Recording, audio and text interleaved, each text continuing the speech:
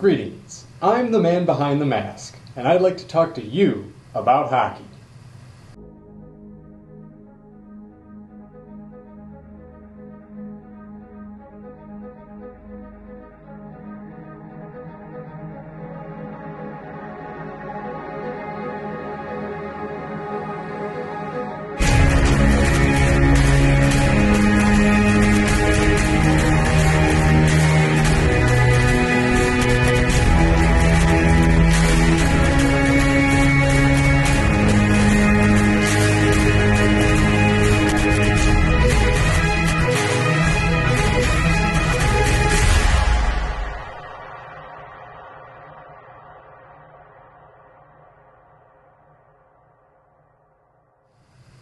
Yes, let's talk about hockey, the show that journeys through the history of the sport of ice hockey from its disputed origins to the game we see today.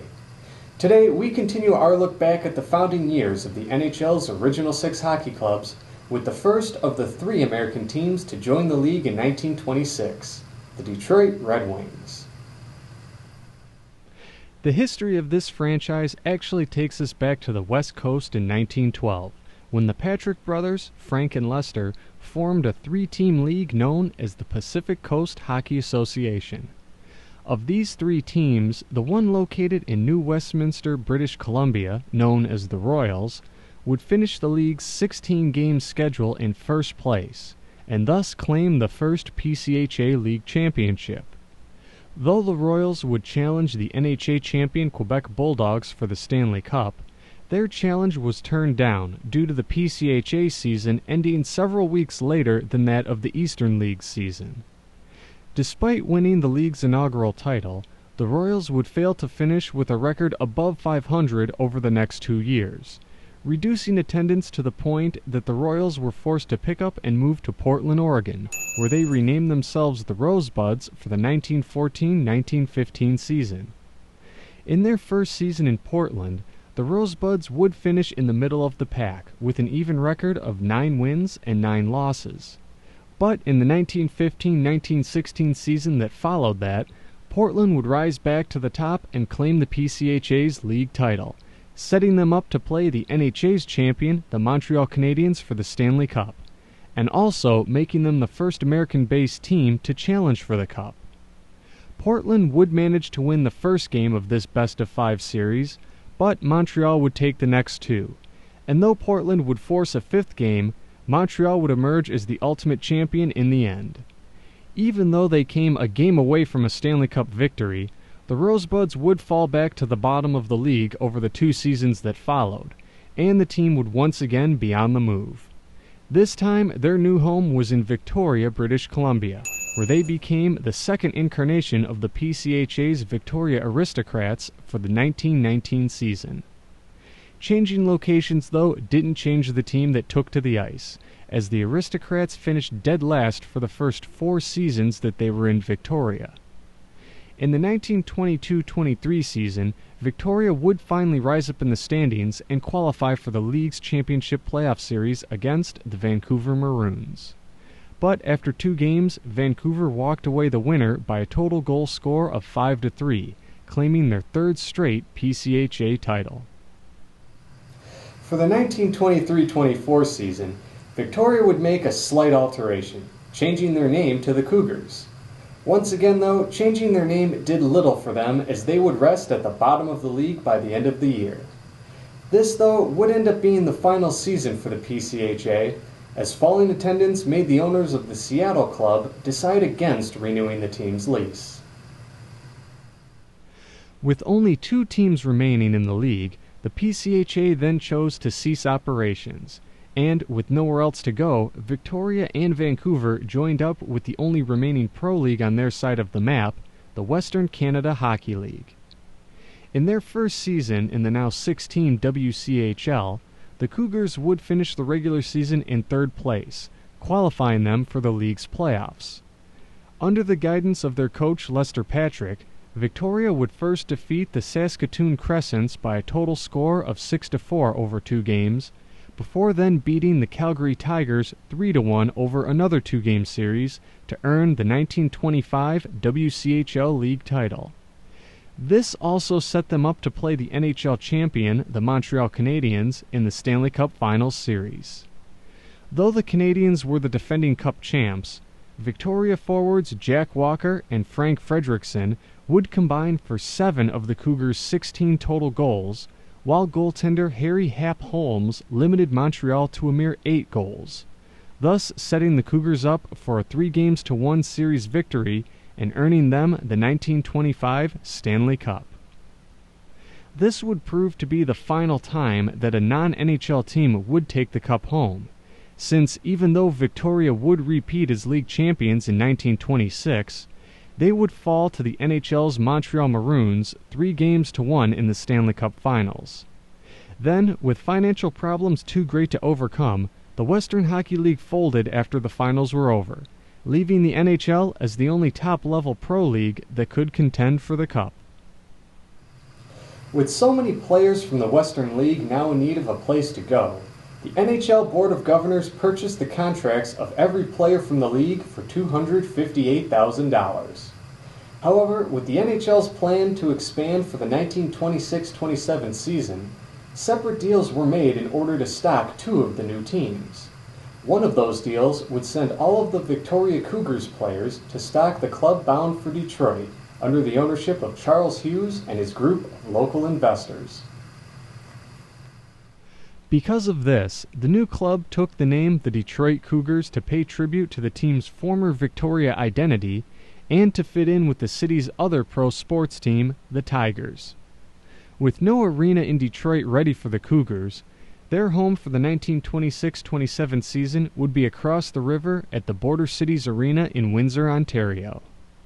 It was here on November 18, 1926, that the first puck was dropped for the new Detroit club against the Boston Bruins.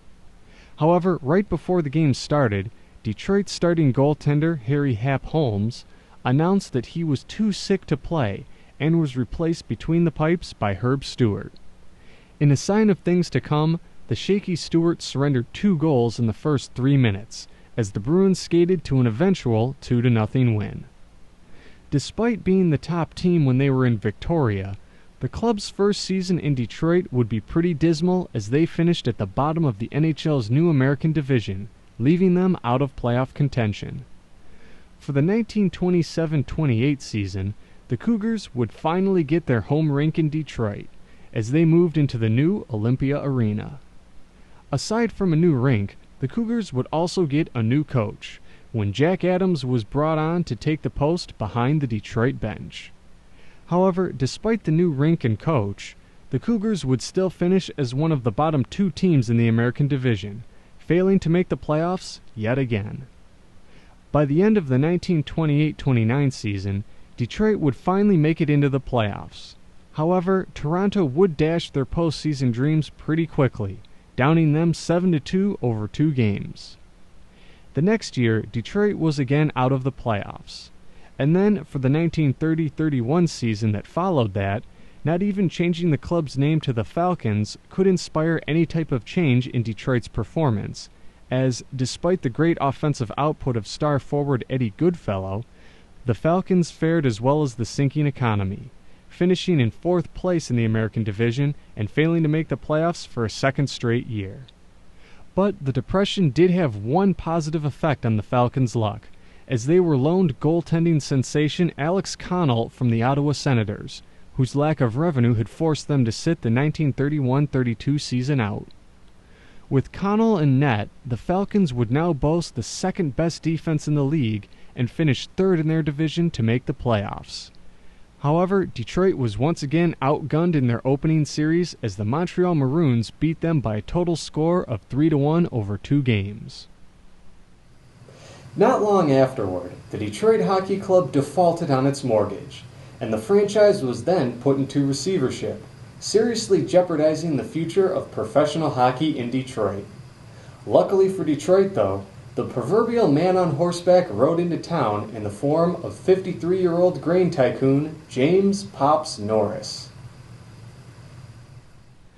Norris, who had made previous unsuccessful bids to acquire an NHL team, purchased the Falcons, their arena, and their farm team, the Detroit Olympics, for the low price of $100,000. And in his first act as the new owner, changed the club's name to pay tribute to both the amateur club, the Montreal Winged Wheelers, that he played for in his youth, as well as Detroit's image as the Motor City.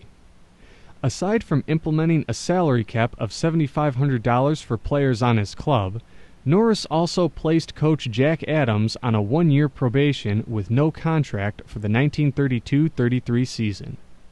Thanks to the acquisitions of goaltender John Ross Roach and rookie center Carl Voss from the New York Rangers, the newly dubbed Red Wings would have a remarkable turnaround year, making the playoffs after finishing second in the American Division, with Voss also capturing the NHL's first ever Rookie of the Year award. In the playoffs, Detroit would also finally win a series, when they beat the Montreal Maroons 5-2 over 2 games to advance to the semifinal round. However, the Rangers would put an end to this Detroit run in the semifinals by beating them 2-0 and then 4-3. This largely improved performance also meant that Adams had passed his probationary period as the team's coach and would remain where he was behind the bench. The 1933-34 season saw even more improvement from Detroit as they grabbed their first American Division crown, earning them a bye into the semifinals of the playoffs. There, they would down the Maple Leafs in a dramatic 1-0 Game 5 to win the series 3-2 and advance to the Stanley Cup Finals for the first time since being established in Detroit. However, in the finals, any attempts at generating offense were shut down by Blackhawks goalie Charlie Gardner, and Chicago took the series and the cup in 4 games. Even though their first 2 seasons as the Red Wings were prosperous, their third season in 1934-35 would not be. Despite forwards Herbie Lewis, Larry Owery, and Sid Howe finishing as 3 of the top 6 NHL scorers, the Wings' 19-22-7 record landed them with a 4th-place finish in their division and out of playoff contention. Though this season left much to be desired, the performance of their 3 top forwards, along with the acquisitions of center Marty Berry, defenseman Ralph Bowman, and goaltender Normie Smith, projected great hope for the club's future. And that bright future came pretty quickly, as the very next year the Red Wings were once again the top team in the American Division. After pulling off a 3-game sweep of the Montreal Maroons in the semifinals that included an overtime game that lasted an NHL record 116.5 minutes, Detroit was once again in the Stanley Cup Finals, this time facing the Toronto Maple Leafs.